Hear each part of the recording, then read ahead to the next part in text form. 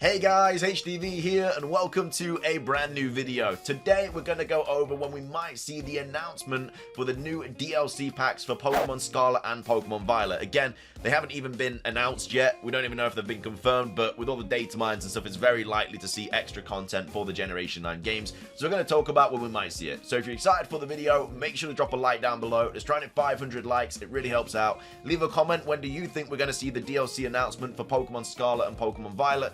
Subscribe if you're brand new for daily Pokemon content. Ring the notification bell. With all of that out of the way though, let's get into the video and I really hope that you enjoy.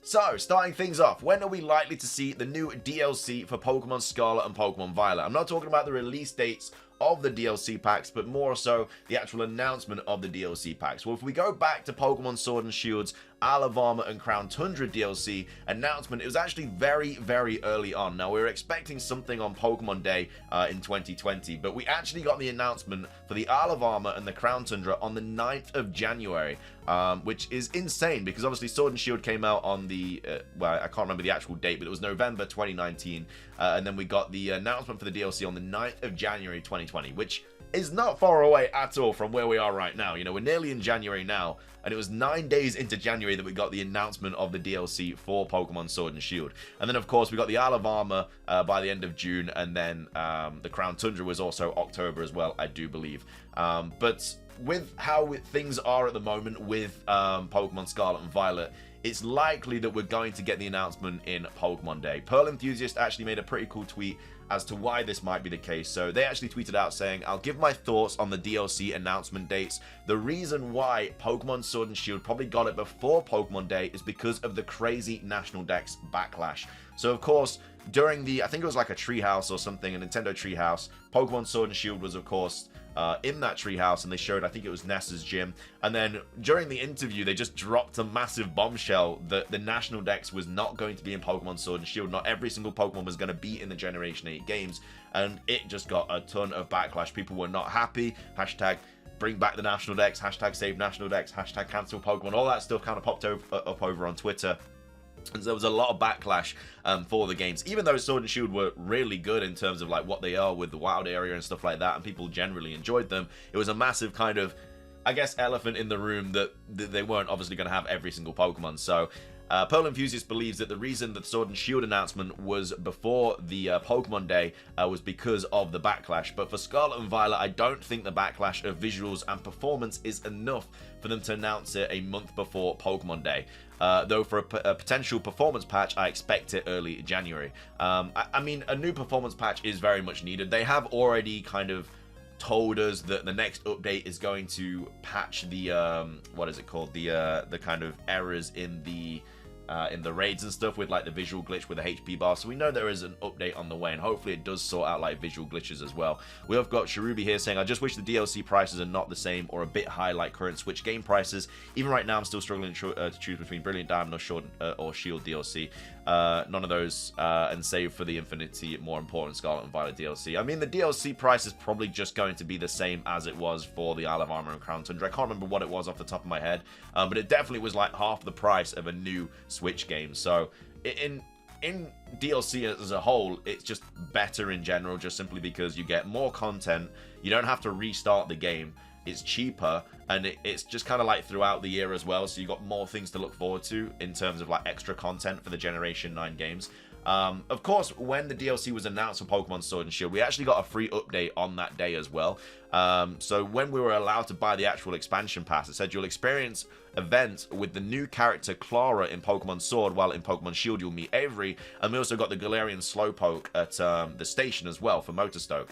So we actually got a free update on the day the DLC was announced. So whether we get something like that again, I'm not really too sure. We might get something about, I mean, the big kind of, I guess, guesstimate of what the DLCs are going to be is that one's going to be about Area Zero DLC with the third legendary, the Paradox Virizion, Paradox Suicune, Heath as well being the antagonist, and that's kind of like an area below Area Zero, like Area -0 or whatever. And so we might get like, I don't know, one of the main characters in the story being like, there's been reports of like new Paradox Pokemon or something, and maybe if we go to Area 0, there might be like a new Paradox Pokemon that spawns. Maybe nothing crazy, just as we got with Galarian Slowpoke. It might be like a Paradox, I don't know, something that's gonna have a maybe more Paradox forms in the game. I don't know, maybe like a Paradox Makuhita or something like that. Just something random off the top of my head. Might just be in like Area 0 and we can catch one of them, and that might be like one of the Paradoxes in the game as well. So we might get something like that. I'm definitely expecting the Area 0 DLC before the Kalos DLC. And again, I'm saying Kalos DLC, that's not even been confirmed, but basically the top right of the map with the other diagonal lines, likely to be another DLC area. But Area 0 is probably going to be first, because I think that finishes off the story and also the third legendary and stuff like that. And then the extra DLC in the top right, if that is also a DLC location, will be like further on down the line. So I expect like around June time, or whenever you like, maybe May even, who knows. There might even be 3 DLC packs, we don't know. There might only be 1, we're not sure. But if it does follow the same kind of timeline as Pokemon Sword and Shield, we're probably going to get the announcement for them on Pokemon Day, which is the 27th of February. That is Pokemon Day, which I don't even know what day that is this year. Well, next year, I should say. February the 27th is a Monday, so, you know, it's not a weekend. We can get Pokemon Presents on a Monday, though. We did get it for Scarlet and Violet way back when this year, which doesn't even seem that long ago, but it actually was. So, yeah, February the 27th was probably when we're going to get the announcement for the DLC. Again, it could be in January. Again, that might just be the promotional cycle they do. But, again, a lot of the reasoning behind that early kind of announcement was probably because of the backlash. So yeah, let's say we're going to get the announcement on the 27th of February, and then we're probably going to get the first DLC pack in June, which is going to be about Area 0, and then the second DLC pack, which is probably going to be about that top right location. Again, could be Southern Kalos or something like that, and that is most likely what we're going to get in the announcement. Again, DLC hasn't even been confirmed yet, but with all the data mining and stuff, and I mean, even the leakers have come out and said we're getting it, it's like 99.999% confirmed to be getting it. So yeah, also might be getting a free update on the day that it is announced as well, which would be really cool. Again, probably something about Area 0. In regards to like what is actually shown in the announcement trailer for Pokemon Sword and Shield, there was like a lot of gameplay clips of just like stuff that we'd already obviously seen, and then it spoke about the expansion pass. So we might get something like this where it just shows like different screenshots of maybe like Area 0, like the below Area 0, should I say. Maybe a couple of screenshots of like new Pokemon or something, because even with this in the background, we've got like G-Max Venusaur, G-Max Blastoise, new clothing items, G-Max Inteleon, stuff like that. So we might get new Paradox forms shown as well during that trailer. And again, this announcement trailer was nearly 4 minutes long, and they showed a lot of content in this. So yeah, I'm expecting new images of Area 0, maybe a couple of images of Paradox forms as well, just like we got with Galarian Slowpoke, maybe Heath as well, because we've obviously only seen Heath in like the Scarlet and the Violet book as the author. We haven't actually seen like gameplay screenshots of him, so maybe there's like more images of Heath or something, maybe more clothing items, stuff like that, as we did in the Pokemon Sword and Shield. We also got like the Rotom bike upgrades as well, so I don't really know what would happen there. Maybe Koraidon and Miraidon get like an extra ride feature or something. Maybe like diving is back in the game. And then we also got like more returning Pokemon as well in the Sword and Shield announcement. So again, in the DLC pack, we're most likely going to get like another 100 odd returning Pokemon in each of those, if we're getting like multiple. So again, the Pokedex after Pokemon Home is going to be like, well, the Pokemon in the game after the Pokemon Home update is going to be around 500. So let's say another 100 for the first DLC pack, and then another 100 for the second. We're going to have about 700 Pokemon in Scarlet and Violet if we do get 2 DLC packs, and they both do drop in 100 each. So yeah, obviously in the announcement, like showing all the G-Maxes and stuff like that, which is really cool. And then we got the Crown Tundra. So this might actually be what happens, where it shows the map of Paldea, and then kind of just goes and zooms into like the top right of the map where we're expecting the DLC to be. And then obviously showing like legendaries and stuff like that. Galarian Slowking was there, and then some new kind of clothing and stuff. So yeah, we might in the first part of the trailer, if it is about Area 0, we might see the third legendary as well. Some images of him, or like maybe some images of like parts of it or something like that, because we already know what it looks like. We saw an image of it, but again, very little detail of it. And then we also might get like different screenshots of, you know, Paradox Virizion, Paradox Suicune, just like we did with Galarian Articuno and like Galarian Zapdos and Moltres and stuff like that.